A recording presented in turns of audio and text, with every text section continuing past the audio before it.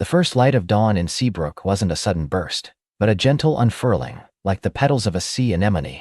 It painted Elara Finch's small cottage with hues of rose and pearl before settling into the familiar gold of morning.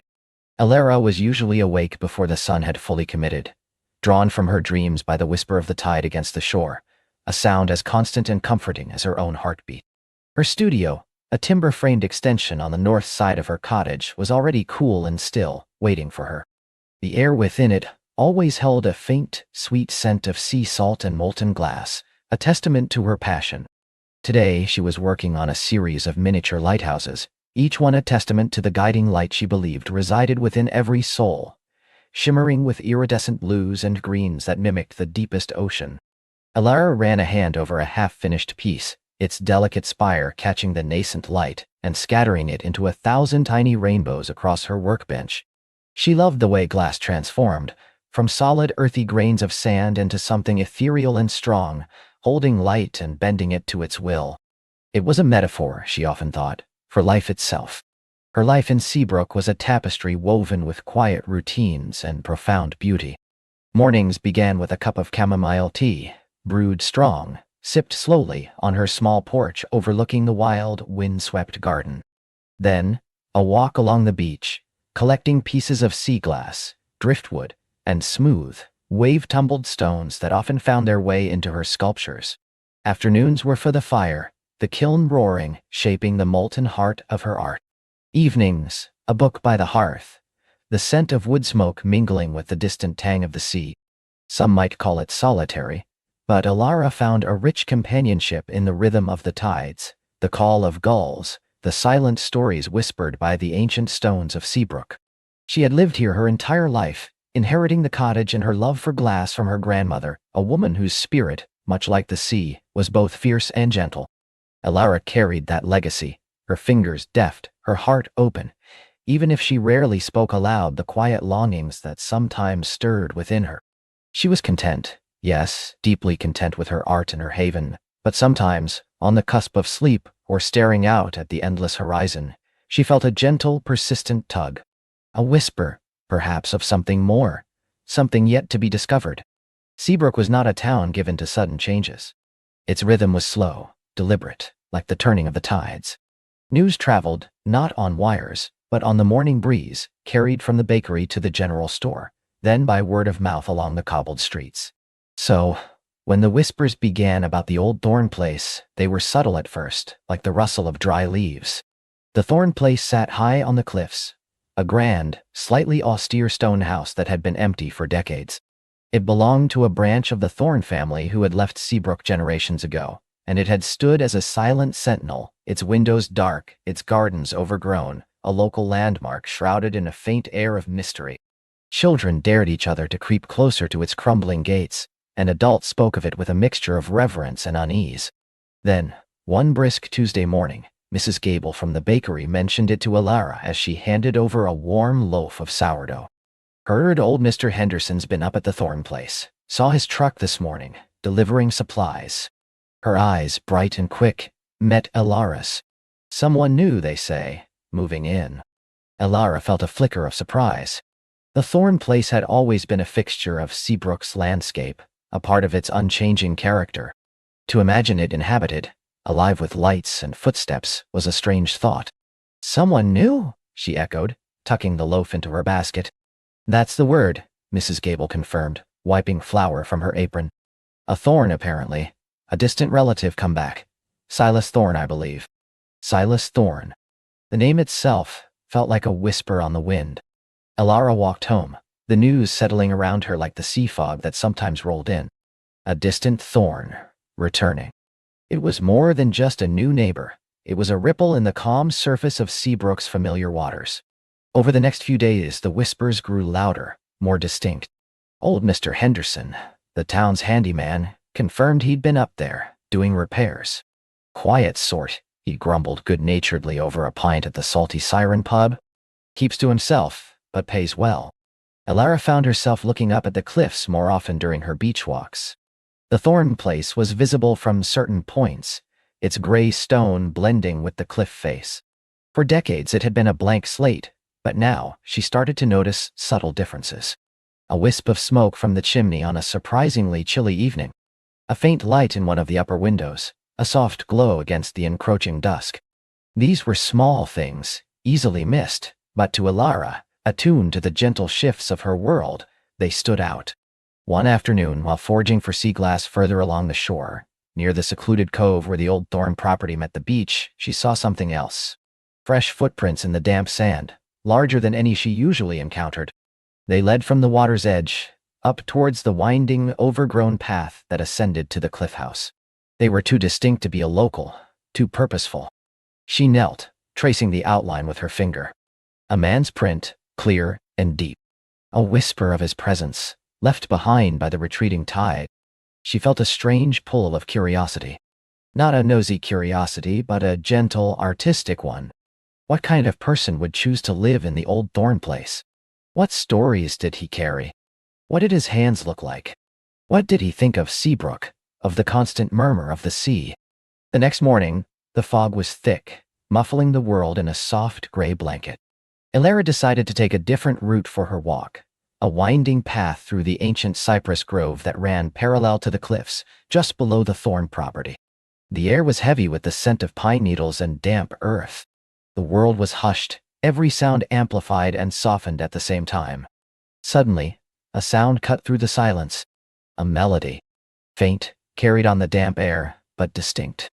It was a piano. A deep, resonant tune, intricate and soulful, unlike anything she'd ever heard in Seabrook. It wasn't the jaunty tunes from the Salty Siren, nor the hymns from the small church. This was classical, profound, and exquisitely played. The sound seemed to emanate from the Thorn house, filtering through the dense fog and the trees. It was a beautiful, melancholic piece, full of yearning and a quiet strength. Ilara stopped, rooted to the spot, listening. The music seemed to wrap around her, to speak to a part of her heart she didn't even realize was listening so intently. It was a private moment, a secret shared with the fog and the ancient trees, a whisper of a soul she hadn't yet met. When the melody finally faded, leaving only the drip of moisture from the cypress branches and the distant sigh of the sea, Ilara felt as if she had just woken from a dream. The music had been so unexpectedly beautiful, so deeply moving, that it left an impression on her, like the delicate etchings on a piece of frosted glass. It was more than just a sound. It was an invitation, a glimpse into a world she hadn't known existed so close by. She walked on, her heart beating a little faster, a new kind of whisper stirring within her. The piano music stayed with Ilara long after her walk. It hummed in the quiet of her studio, a counterpoint to the gentle hum of her kiln. She found herself drifting, her thoughts less focused on the precise art of shaping glass, and more on the unseen musician in the isolated house on the cliff. Who was Silas Thorn? The town's whispers painted him as quiet, keeps to himself. A bit of a mystery, but the music, that was a different story entirely. It spoke of passion, of a deep well of emotion, of a soul that understood beauty and melancholy in equal measure. A quiet man could still possess such depth, she supposed, but it was a fascinating contradiction. She imagined him, sitting at an old grand piano, his fingers moving with practiced grace over the keys. She pictured him with a thoughtful gaze, perhaps a slight furrow in his brow, lost in the world of sound he was creating. Was he tall? Dark-haired? Did he have kind eyes or eyes that held the shadows of untold stories? Her mind, usually so grounded in the tangible world of glass and light, spun possibilities. It wasn't a romantic yearning, not yet. It was more a profound curiosity, an artist's desire to understand the hidden beauty she had glimpsed. The music had resonated with her own quiet longings, the unspoken whispers of her heart. It was a rare thing, in Seabrook, to encounter such a raw expression of artistry outside of her own. She wondered if he felt the same isolation, the same deep connection to creation that she did. The old Thorn place had always been a silent monument to the past. Now, it held a living, breathing enigma. Ilara found herself contemplating the light she'd seen in the window, the footprints on the sand, the smoke from the chimney. Each was a tiny fragment, a piece of sea glass, and she was trying to arrange them into a mosaic that would reveal the man. Her walks often gravitated towards the paths that offered a glimpse of the house, though she never ventured too close. She wasn't seeking an encounter. Not truly. She was simply observing, listening for the next whisper. She found herself subconsciously tidying her own small garden, a sudden urge to make her corner of Seabrook a little more welcoming, should anyone ever pass by. She even considered, for a fleeting moment, baking an extra loaf of Mrs. Gable's sourdough, but dismissed the thought as silly. He was a recluse, after all. He probably preferred his solitude. But did he? The music contradicted that. Music was meant to be heard, to be shared, even if only with the fog and the trees. It was an outward expression, an offering. Perhaps his quietness wasn't a fortress, but a carefully constructed wall, and the music was a small, accidental window into the world within. Elara had always believed in the magic of small connections, the way tiny threads could weave together to form something strong and beautiful. She wondered if the universe, in its own mysterious way, was beginning to weave a new thread into the fabric of her life. The thought was both exhilarating and a little daunting. Her life was so perfectly balanced, so peacefully ordered. What would a new thread, a new presence, unravel or create? She picked up a piece of iridescent blue glass, turning it in her fingers, admiring how it caught the light. It reminded her of the deep ocean, full of secrets and untold stories. Just like Silas Thorne. The world felt suddenly larger, imbued with a new sense of possibility, all because of a few quiet whispers and a haunting melody on a foggy morning. A week later, a late autumn storm swept in, lashing Seabrook with rain and wind. The sea roared its disapproval, and the old timbers of Elara's cottage groaned companionably. It was the kind of weather that encouraged hearth fires and hot tea, and Elara spent her days in the warmth of her studio, the kiln a beacon against the gloom.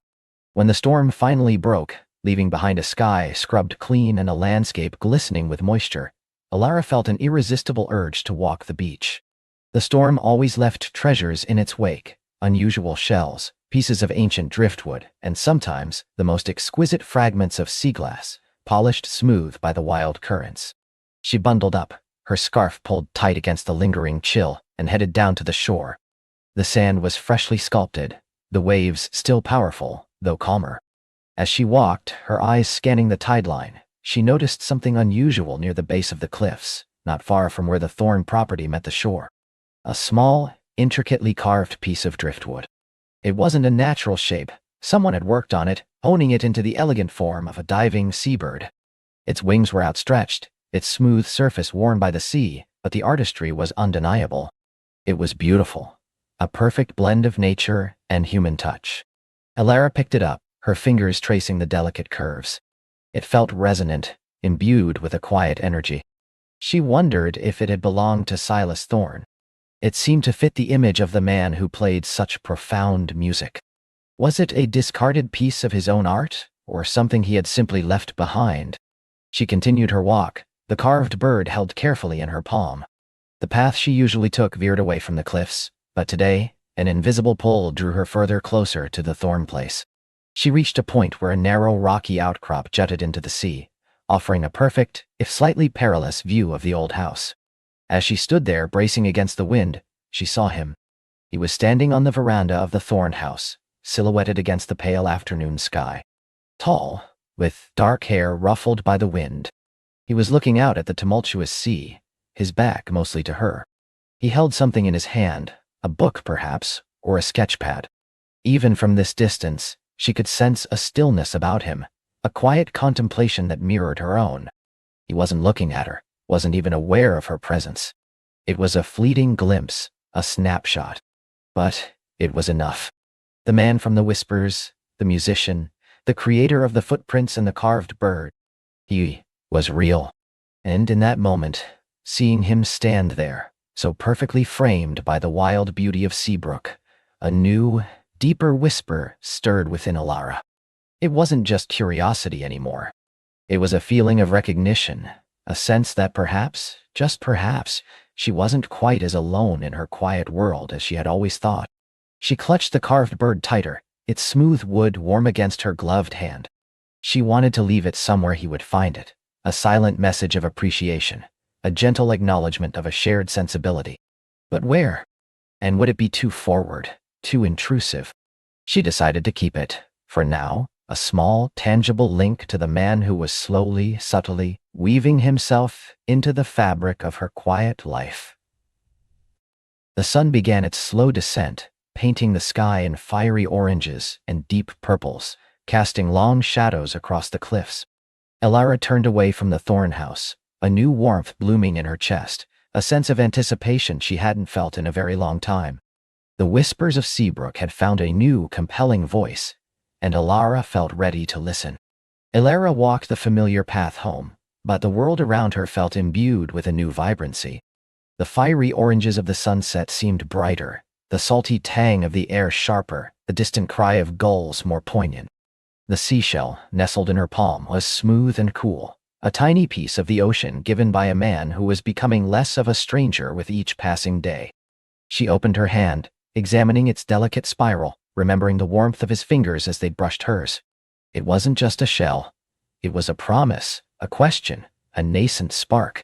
Back in the cozy familiarity of her cottage, Elara placed the shell on her bedside table, a silent guardian of her new thoughts. She moved through her evening routine, preparing a simple supper, watering her potted herbs, reading a few pages from a well-loved novel. But her mind kept drifting. To the way Liam's eyes crinkled at the corners when he smiled, the low timbre of his voice, the quiet intensity with which he listened. He was a puzzle, but one she found herself increasingly eager to solve. The next morning, the sky was a canvas of soft blues and nascent golds, promising a beautiful day. Elara, usually content to lose herself in her work, found her gaze straying more often to the window, to the winding path that led towards the cliffs, and implicitly towards the thorn house. She told herself it was curiosity about the renovation, but deep down, she knew it was more. It was a longing for a certain presence, a quiet hope that their paths might cross again soon. She decided a walk was in order. Not her usual route, along the beach, but up the winding lane that led past the old lighthouse, and eventually down towards the more secluded part of the cliff path, which offered a glimpse of the Thorn estate from a different angle. As she rounded a bend, the familiar silhouette of a tall figure emerged from the morning mist, still clinging to the lower valleys. Liam. He was walking briskly, a canvas bag slung over his shoulder, his gaze fixed on the horizon, as if contemplating the vast expanse of the sea. Their eyes met, and a slow smile spread across his face, mirroring the one that bloomed unbidden on hers. "Good morning, Elara," he called out, his voice carrying easily on the crisp air. He slowed his pace, waiting for her to catch up. "Good morning, Liam," she replied, a blush dusting her cheeks. "Out for an early start?" He gestured vaguely with his head. "Just getting some supplies from the village. Thought I'd take the scenic route back. The air up here is something else, isn't it?" "It truly is," she agreed, falling into step beside him. "It clears the mind." "And fills the soul," he added, his gaze sweeping across the panoramic view of the sparkling ocean. "I've missed views like this. City life, for all its conveniences, rarely offers such solace." Elara nodded, understanding. "You're from the city, then?" she ventured, testing the waters of conversation. "Originally, yes, though I've spent a fair bit of time in various places. Work takes me where it takes me," he said, a hint of something unreadable in his tone. He didn't elaborate, and Elara didn't press, sensing a private corner he wasn't quite ready to open. Instead, he turned to her, his expression softening. "You seem to thrive here, Elara. This place feels like a part of you." "It is," she confirmed, a genuine warmth spreading through her. "I was born here. My family has been in Seabrook for generations. It's a quiet life, but a good one." She hesitated, then added, "It takes a certain kind of person to appreciate it, though. Some find it too slow, too isolated." Liam chuckled, a rich, pleasant sound. "I think I might be that certain kind of person. There's a peace here I haven't found anywhere else in a long time." He paused, then gestured ahead. "I was just thinking of heading down to the old cove. There's a particularly challenging rock formation I've been meaning to sketch. Would you care to join me, or am I delaying you from something important?" The invitation was casual, but the hope in his eyes was clear. Elara's heart gave a little flutter. "I'd love to," she said, without a moment's hesitation. "I don't have any pressing engagements today, and I know that cove well. It's one of my favorite spots." They continued their walk, their conversation flowing more easily now. He asked her about her work, about the history of Seabrook, about her favorite hidden spots. She found herself sharing details she rarely offered to others, drawn out by his genuine interest. He spoke of his love for art, not just sketching, but an appreciation for craftsmanship, for the stories objects told. He mentioned the Thornhouse again, not just as a project, but with a reverence that surprised her. "It's more than just a house," he said, looking at her. "It's a piece of history, a repository of memories." As they descended towards the secluded cove, the path grew steeper and narrower, winding through gnarled trees that clung precariously to the cliff face. Elara, sure-footed from years of exploring these paths, led the way. When they reached the bottom, a breathtaking scene unfolded before them. A small, crescent-shaped beach of pristine white sand, framed by towering, ancient rock formations that jutted dramatically into the turquoise sea. The air here was still and quiet, save for the gentle lapping of waves against the shore. Liam let out a low whistle of appreciation. "This is magnificent, Elara. Thank you for showing me." He quickly found a comfortable perch on a smooth, sun-warmed boulder, pulling a small sketchpad and a set of charcoal pencils from his bag. He began to work, his movements precise and focused, his brow furrowed in concentration.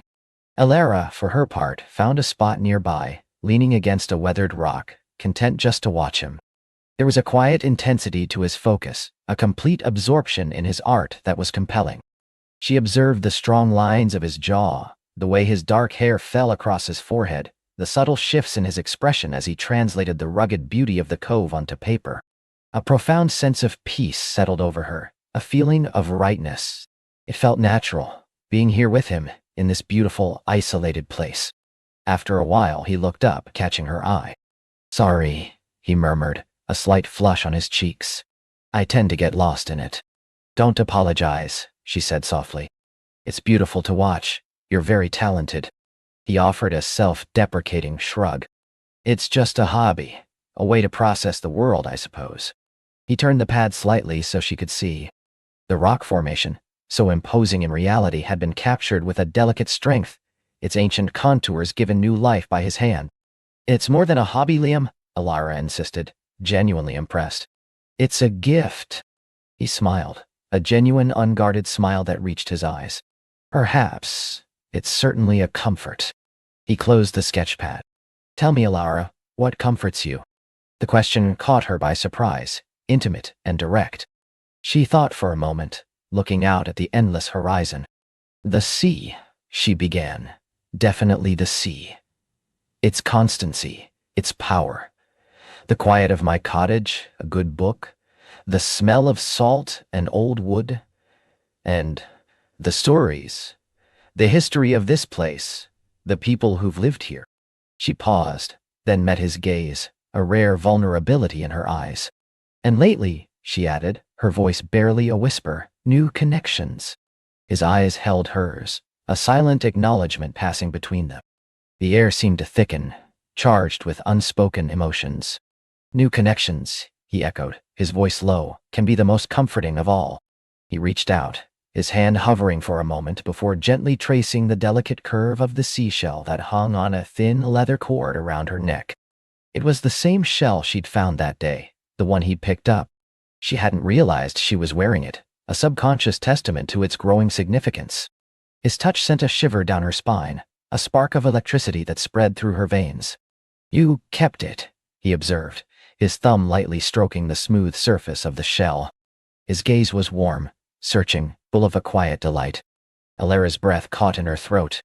"Yes," she managed, her voice a little breathy. It felt right."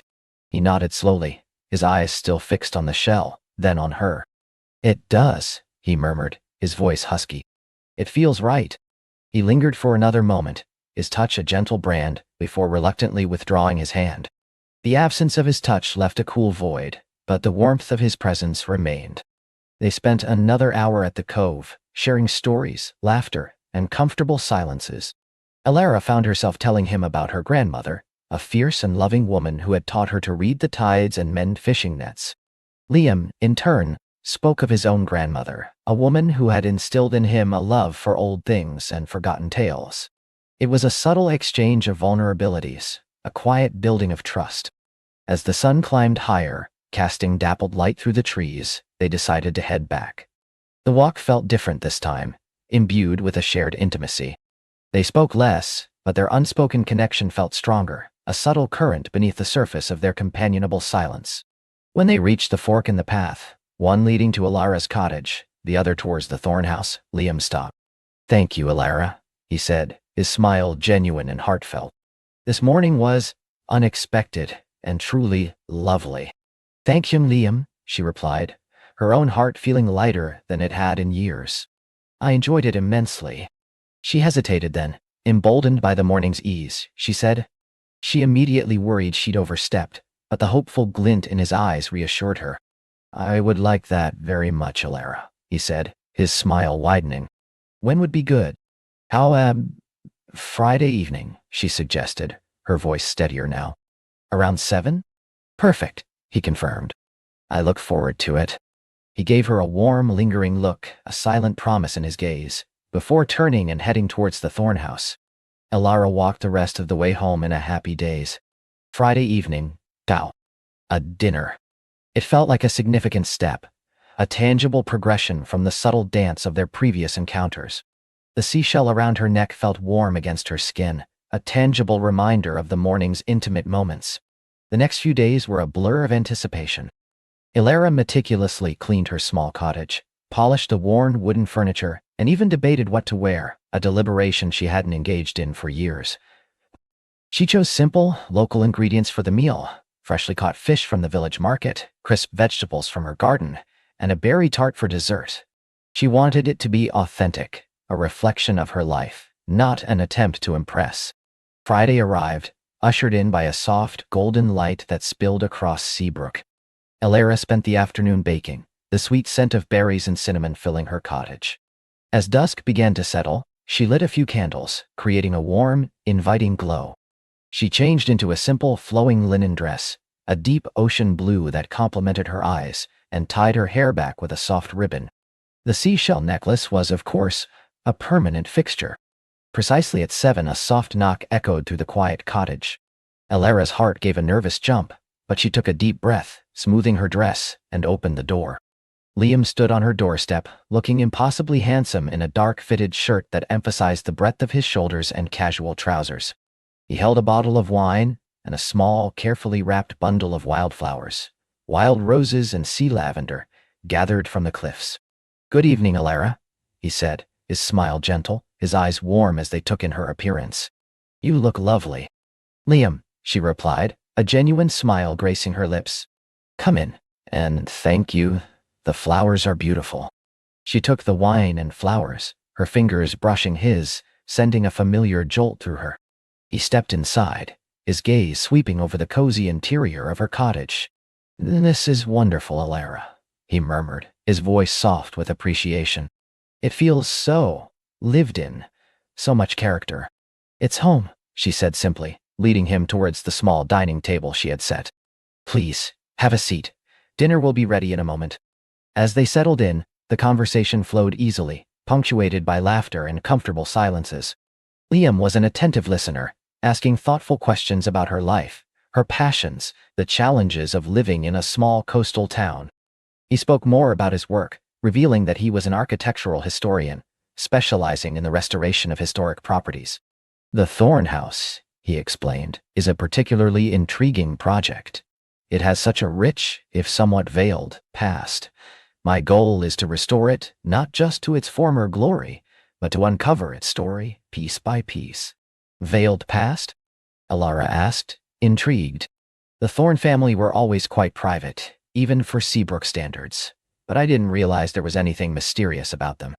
Liam leaned forward slightly, his eyes alight with a historian's passion.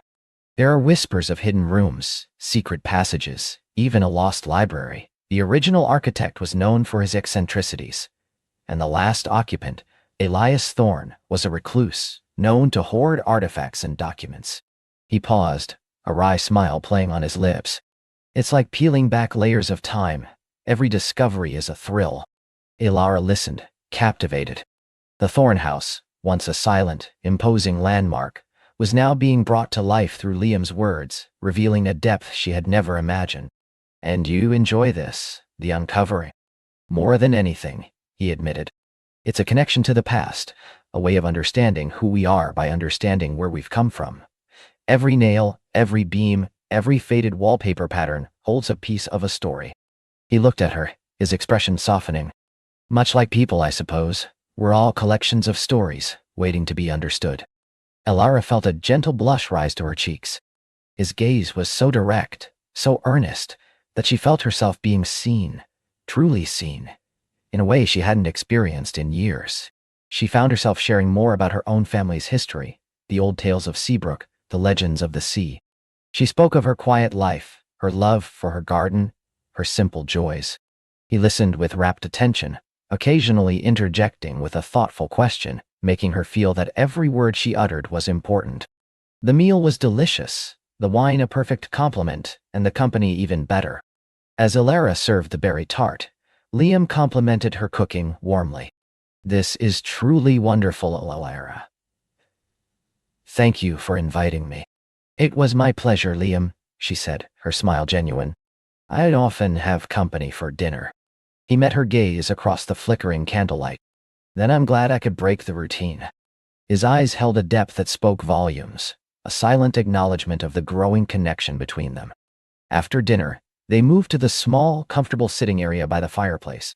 A soft crackle from the dying embers filled the comfortable silence.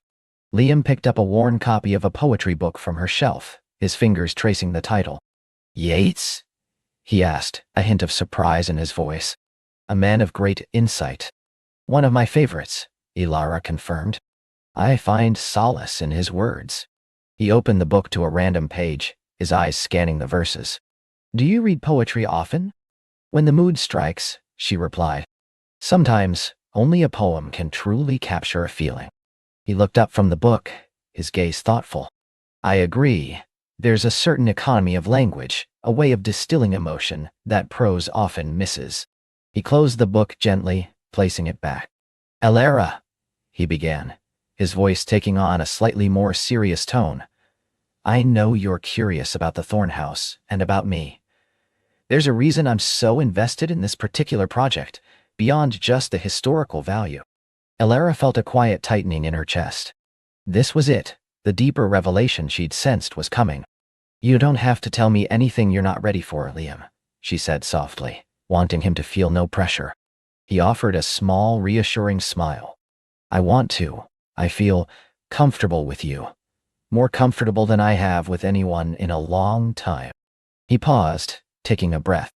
The Thorn family, as you know, were the original owners of this land, this very cove, for centuries. My mother's side of the family, the McAllisters, were their distant cousins, not direct heirs but connected. And when Elias Thorn passed away without issue, his will stipulated that the house was to be restored by someone who understood its history, its lineage. Someone who could bring it back to life, not just as a building, but as a legacy. Elara listened intently, a new layer of understanding dawning on her. So, you're not just an architectural historian, she realized. You're family. You have a personal stake in this. He nodded. Precisely. My grandmother, the one who loved old things, she always spoke of the Thorn House, of its secrets, its beauty. She instilled in me a fascination. When the opportunity came to take on this project, to be the one to restore it, it felt like destiny. He looked at her, his eyes serious. It's a way of honoring her, and honoring the past, of finding my own place, perhaps, by reconnecting with my roots. Elara felt a wave of empathy for him. His journey, though different from hers, resonated with a similar longing for connection, for belonging. That's a beautiful reason, Liam, she said, her voice gentle. To honor your grandmother, to find your roots. It makes perfect sense. And it's why I'm here, Elara, not just for a project, but for something deeper, he confessed, his gaze unwavering. To understand the whispers, as you once called them. To see if there's a place for me here, beyond the bricks and mortar. He reached out, his hand gently covering hers where it rested on her knee. His touch was warm, reassuring, and utterly captivating. And in finding the house's story, I'm finding new stories of my own. With you. The quiet confession hung in the air, potent and fragile. Elara's heart thrummed in her chest, a symphony of hope and recognition. His touch was electric, a silent language spoken between them, confirming the undeniable pull that had been growing steadily since the day they met. She turned her hand, her fingers gently lacing with his, a silent acceptance of his unspoken sentiment. "I think," she whispered, her voice thick with emotion, "that Seabrook has a way of revealing what truly matters. And perhaps it's revealing something wonderful for both of us." Liam squeezed her hand, his thumb stroking the back of her palm. "I certainly hope so, Alara. I truly, deeply hope so." His gaze was tender, full of a quiet promise that shimmered in the candlelight, painting a future that was beginning to feel less like a dream and more like a gentle, beautiful reality. The whispers of Seabrook had indeed found a compelling voice, and in Liam's touch, Alara felt ready to listen, truly listen, to where they might lead. The night was still young, and the story of Alara and Liam, intertwined with the ancient secrets of the Thorn House, was just beginning to unfold. The night was still young, and the story of Alara and Liam, intertwined with the ancient secrets of the Thorn House, was just beginning to unfold. Liam didn't move, his hand still gently cupping her jaw, his thumb stroking softly. The air between them hummed with a quiet intensity, a symphony of unspoken words and burgeoning emotions. Alara felt a blush creep up her neck, but it wasn't from embarrassment. It was the flush of discovery, of a heart awakening to a possibility she hadn't dared to dream. I should let you go," Alara whispered, her voice a little breathy, but she made no move to pull away. Liam's smile was soft, a private invitation. "No rush, Alara, not tonight." His gaze dropped to her lips for a fleeting moment, a silent question, a tantalizing promise. The candle light flickered, casting dancing shadows on the high ceilings, making the old house feel less like a project and more like a sanctuary. "This house," Alara began, her voice gaining a little strength, "it feels different with you in it." He chuckled, a warm, resonant sound. "It's always had a good soul, Alara. But perhaps it just needed the right person to coax it out again. And maybe it needed to bring two people together." His eyes held hers, unwavering, sincere. A tremor ran through Alara. She had come to Seabrook seeking solace, a blank slate, a project to absorb her grief and redirect her life. She hadn't anticipated finding a connection that felt like coming home. "Maybe," she agreed, her voice barely audible. He finally lowered his hand, though his fingers brushed hers lightly as they withdrew, sending a spark through her. "It's getting late, and tomorrow's another day of sawdust and dreams." He stepped back, creating a small, comfortable distance, but the invisible thread between them remained taut and vibrant. "I'll see myself out. Get some rest, Alara." She watched him walk towards the front door, her heart doing a slow, happy dance in her chest. At the threshold, he paused, turning back. The moonlight, now filtering through the tall windows, silvered his hair and highlighted the gentle curve of his smile. "Good night, Alara." "Good night, Liam," she replied, her voice soft as the rustle of leaves outside. After he left, the silence of the Thorn House wrapped around her, but it was no longer an empty silence. It was filled with the echo of his laughter, the warmth of his touch, and the lingering scent of his presence, a subtle mix of sawdust, sea air, and something uniquely Liam. She wandered through the downstairs rooms, touching the newly smoothed wood of a doorframe, gazing at the empty hearth where a fire had recently crackled. The house felt alive, imbued with a new purpose, a new story, and so did she. Alara drifted off to sleep that night with Liam's tender gaze imprinted on her mind, the quiet promise in his eyes a comforting blanket. She dreamt of Seabrook, not as a place of solitary restoration, but as a vibrant canvas where two lives were beginning to intertwine, painting a future in hues of seafoam green and golden sunrise. The next morning dawned with the soft, insistent cry of gulls and the rhythmic lull of the ocean. Alara woke feeling refreshed, a lightness in her step that hadn't been there in years. She made herself a mug of fragrant herbal tea and wandered into the kitchen, which, though still awaiting its full renovation, had a cozy corner with a small, functional sink and a kettle. The sun streamed through the east-facing window, illuminating dust motes dancing in the air, a familiar sight in a house under construction. When Liam arrived a little later, the familiar sound of his truck crunching on the gravel driveway sending a ripple of anticipation through her, Alara was already poring over blueprints in the dusty parlor. He walked in, bringing with him the invigorating scent of the sea and the quiet strength she was coming to associate with him.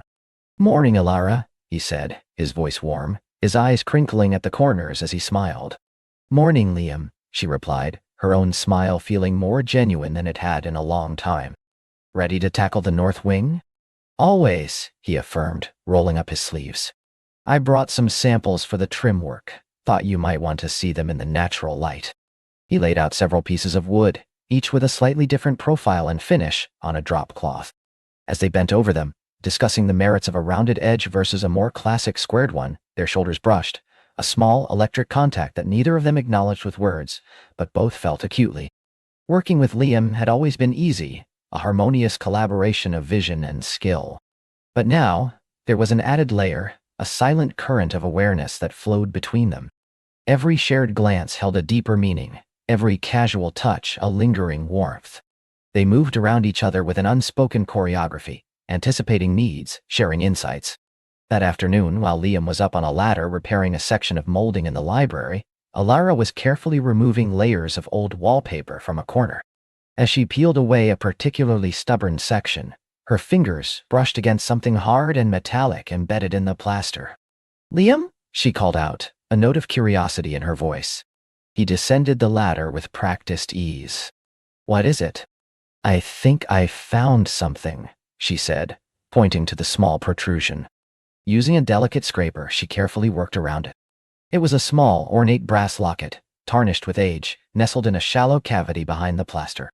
Liam reached out, his finger gently tracing the delicate floral design on the locket. "Well, I'll be. Hidden treasure." He carefully pried it free. It was surprisingly heavy, intricately engraved. "Looks old, very old." Alara held out her hand, and he placed the locket in her palm. It felt cool and smooth. "Do you think it opens?" With a soft click, Liam found the tiny clasp, and the locket sprang open. Inside, on one side, was a miniature, faded photograph of a young woman with kind, intelligent eyes and hair styled in an elaborate Victorian fashion. On the other, a tiny, almost illegible inscription. "Me dearest E forever, and always, J.K." Alara's breath hitched. "A love story," she murmured, a pang of bittersweet recognition in her heart. "Hidden away, just like the house." Liam leaned closer, his gaze fixed on the locket, then on Alara.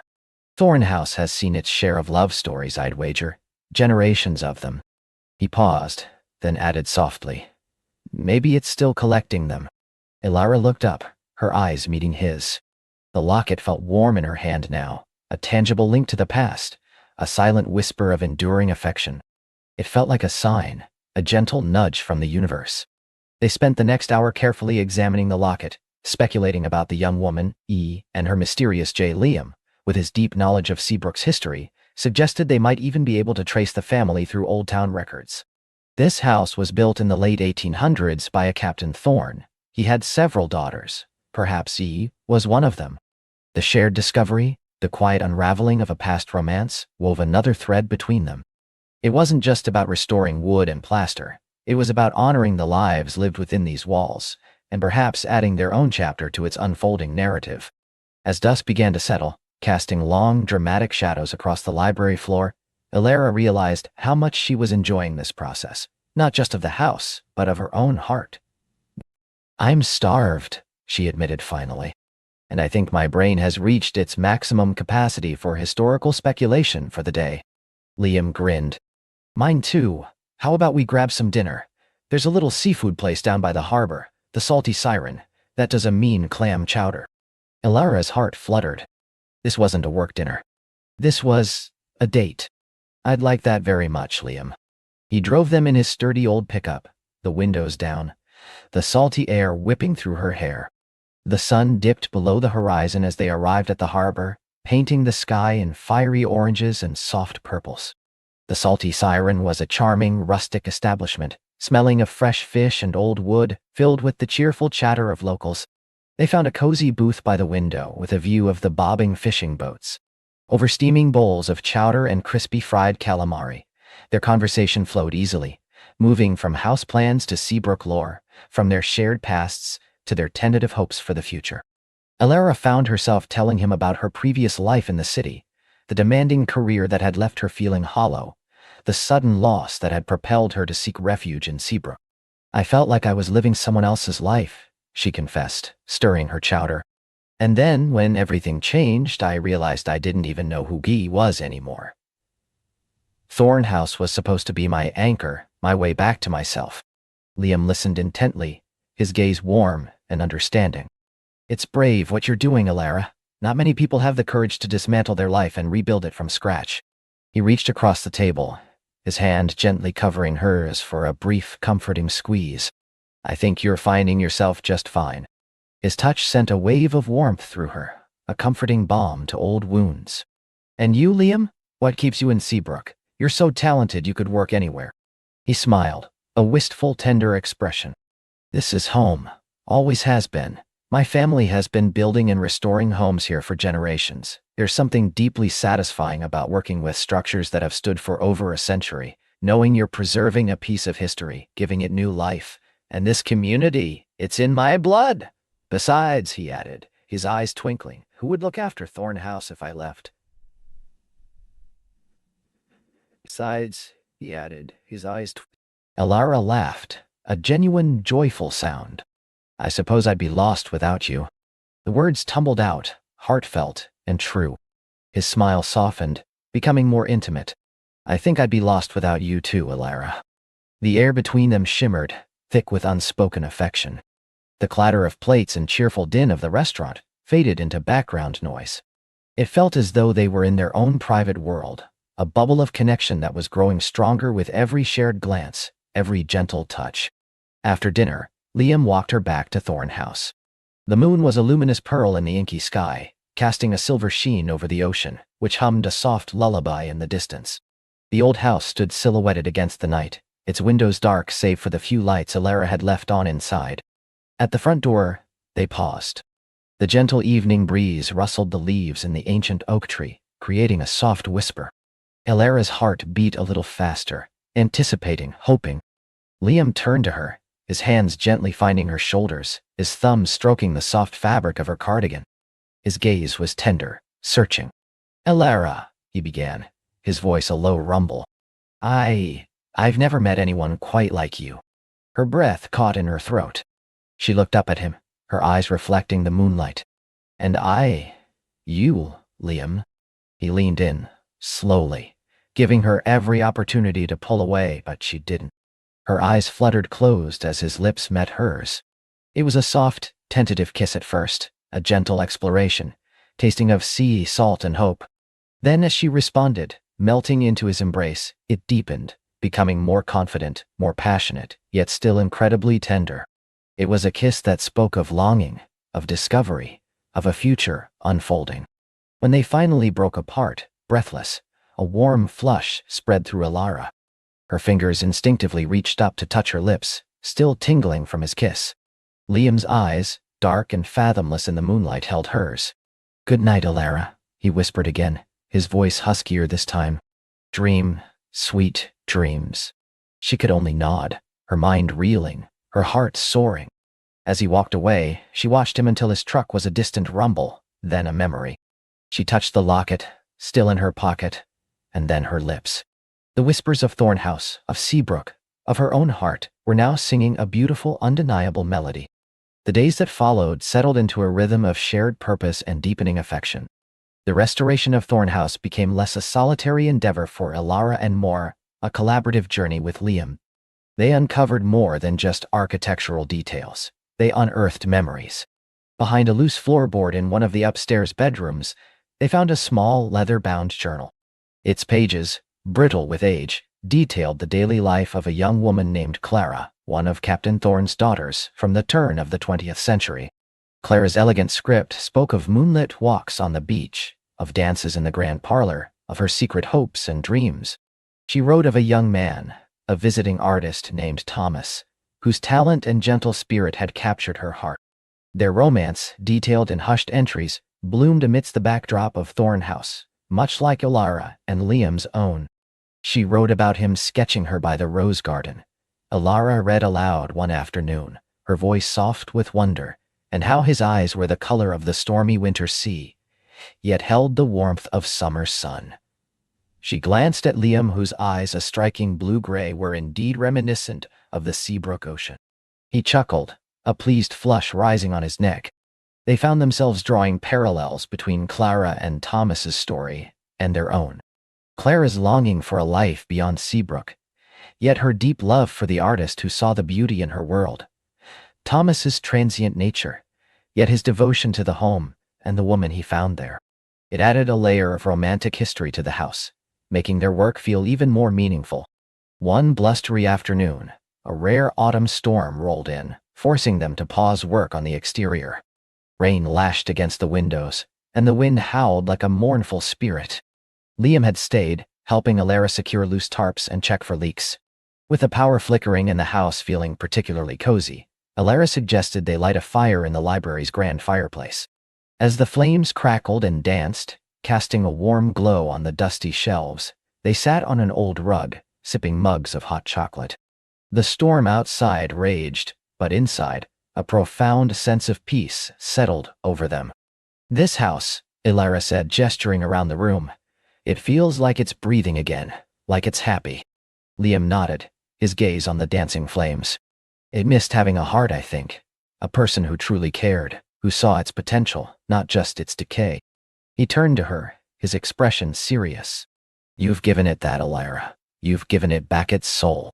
"And you've given me mine back," she confessed, the words tumbling out before she could second-guess them. "I came here feeling so lost, so empty. This house, this town, you filled those empty spaces." His hand reached for hers, his fingers intertwining with hers, a comforting, firm clasp. "You were never truly empty, Alara. Just waiting to be seen, to be loved, to be home." He squeezed her hand gently. "I think we both were." The storm outside seemed to fade into a distant murmur as their eyes met, holding a universe of understanding.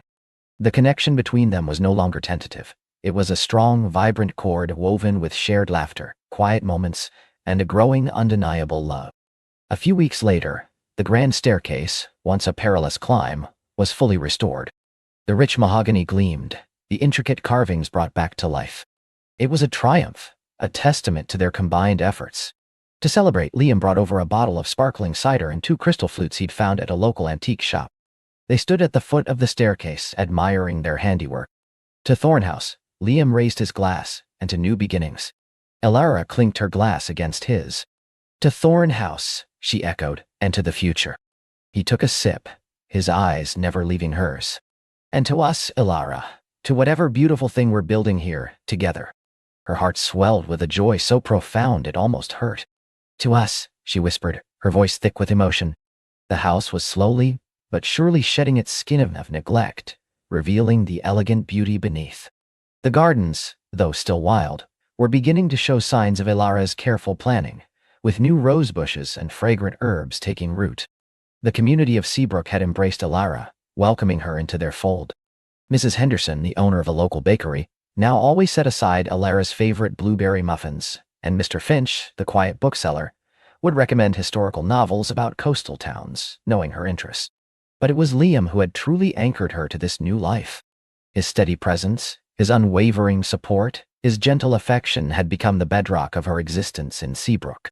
He had shown her not just how to restore a house, but how to rebuild a life, piece by beautiful piece. One crisp Saturday morning, with the autumn leaves painting the Seabrook landscape in fiery hues, Liam suggested they take a break from the house and explore one of his favorite hidden coves.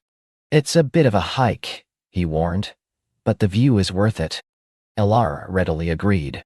She loved these excursions, these moments away from the dust and plans, where they could simply be Alara and Liam, 2 people falling deeply in love amidst the wild beauty of the coast. They packed a picnic basket with sandwiches, fruit, and thermos of hot tea. The hike was invigorating, through winding paths lined with ancient pines and gnarled oaks. The air was cool and crisp, carrying the invigorating scent of salt and pine. Liam walked ahead, his sturdy frame leading the way, occasionally turning back to offer Alara a hand over a tricky root or a slippery rock. His thoughtfulness was a constant, quiet comfort. Finally, They emerged onto a cliffside overlooking a breathtaking scene. Below, a crescent-shaped beach of pristine white sand was cradled by dramatic cliffs, the turquoise water lapping gently at its edges. It was utterly deserted, a private paradise. "It's magnificent, Liam," Alara breathed, her voice filled with awe. He stood beside her, his arm gently encircling her waist, drawing her closer. "I wanted to share it with you." His gaze was on the horizon, but she felt the warmth of his presence, the steady beat of his heart against her back. They descended to the beach, leaving their footprints in the soft sand. They ate their picnic, listening to the rhythmic crash of the waves, the cries of gulls circling overhead. The sun, though lower in the sky, still cast a warm golden light on the scene. As they finished, Liam reached into his pocket and pulled out the brass locket they had found weeks ago. He had meticulously cleaned it, polishing away the tarnish until the intricate engravings gleamed. "I did some digging," he said, handing it to her. "The initials inside J&E. I found old census records for the Thorne family. Alara, the young woman in the locket. Her name was Eleanor Thorne. And G, her husband was James Sterling, a landscape artist who came to Seabrook to paint the coast." Alara gasped, her fingers tracing the delicate locket. Clara's sister, she realized, remembering the journal. Clara wrote about her sister Eleanor's romance, though she never named him. "This is her." "They had a quiet life here in Thorne House," Liam continued, his voice soft, filled with art and gardens and the sea. "They were very much in love by all accounts. A simple, profound love that lasted their lifetime." He looked at Alara, his eyes shining with an emotion that mirrored the deep blue of the ocean before them. "I thought it was fitting that we found this, Alara. A reminder that Thorne House in Seabrook has always been a place where love can flourish even in quiet, unexpected ways." He took the locket from her hand, his fingers brushing hers, and then with a gentle movement, he clasped it around her neck. The cool metal settled against her skin, a tangible link to the past, a symbol of hope for the future. "It suits you," he murmured, his voice a warm caress, "like it was always meant to be yours." Alara's eyes welled up, not with sadness, but with an overwhelming surge of love and gratitude. She reached up, her fingers closing around the locket, then she turned to him, her heart overflowing. "Liam," she began, but words felt inadequate. Instead, she rose onto her tiptoes and kissed him, a deep, heartfelt kiss that spoke of everything she felt. It was a kiss that promised forever, a kiss that felt like coming home. As the sun began its slow descent, painting the sky in fiery oranges and deep purples, they walked hand in hand along the deserted beach, the gentle waves washing over their feet. The locket, warm against Alara's skin, felt like a silent blessing. The whispers of Seabrook, once a distant echo, were now a clear, beautiful song in her heart, harmonizing perfectly with the rhythm of Liam's hand in hers. The story of Alara and Liam, intertwined with the ancient secrets of the Thorne House, was no longer just beginning. It was blooming, vibrant, and true beneath the vast, watchful sky of Seabrook. They continued their walk, the world shrinking to just the two of them and the endless rhythm of the sea. Liam squeezed her hand gently, his thumb tracing soft circles on her skin. "This place," he murmured, glancing back towards the silhouette of the Thorne House. "It feels right, doesn't it? Like it was waiting for you." Alara leaned her head on his shoulder, the salty air invigorating her. "It feels like home, Liam, more than anywhere I've ever been." The locket pulsed with a gentle warmth, a silent testament to the love that had bloomed in unexpected corners. The old house, once a repository of forgotten sorrow, now seemed to breathe with anticipation, ready to embrace new joys. He stopped, turning her to face him, his hands cupping her cheeks. The moonlight illuminated his kind eyes, reflecting the same profound emotion that swirled within her. "Alara," he began, his voice thick with emotion, "I don't know what the future holds, but I know I want to build it with you. Here, in Seabrook, in that house, if you'll have me." A tear traced a path down Alara's cheek, not of sadness, but of overwhelming happiness. All her life she'd felt a subtle ache of not quite belonging, a yearning for roots. With Liam, and within the ancient embrace of Seabrook, that ache had finally dissolved. "Oh, Liam," she whispered, her voice catching. "Always, 1,000 times, always." He smiled, A slow, radiant smile that reached his eyes, and then he dipped his head, capturing her lips in a kiss that tasted of sea salt and forever. It was a promise, a homecoming, a gentle affirmation of a love that had found its way through time and whispers. The secrets of Seabrook weren't tales of sorrow, but of enduring love, woven into the very fabric of the town, now ready to unfold anew in their hearts, a lullaby under the vast, comforting sky.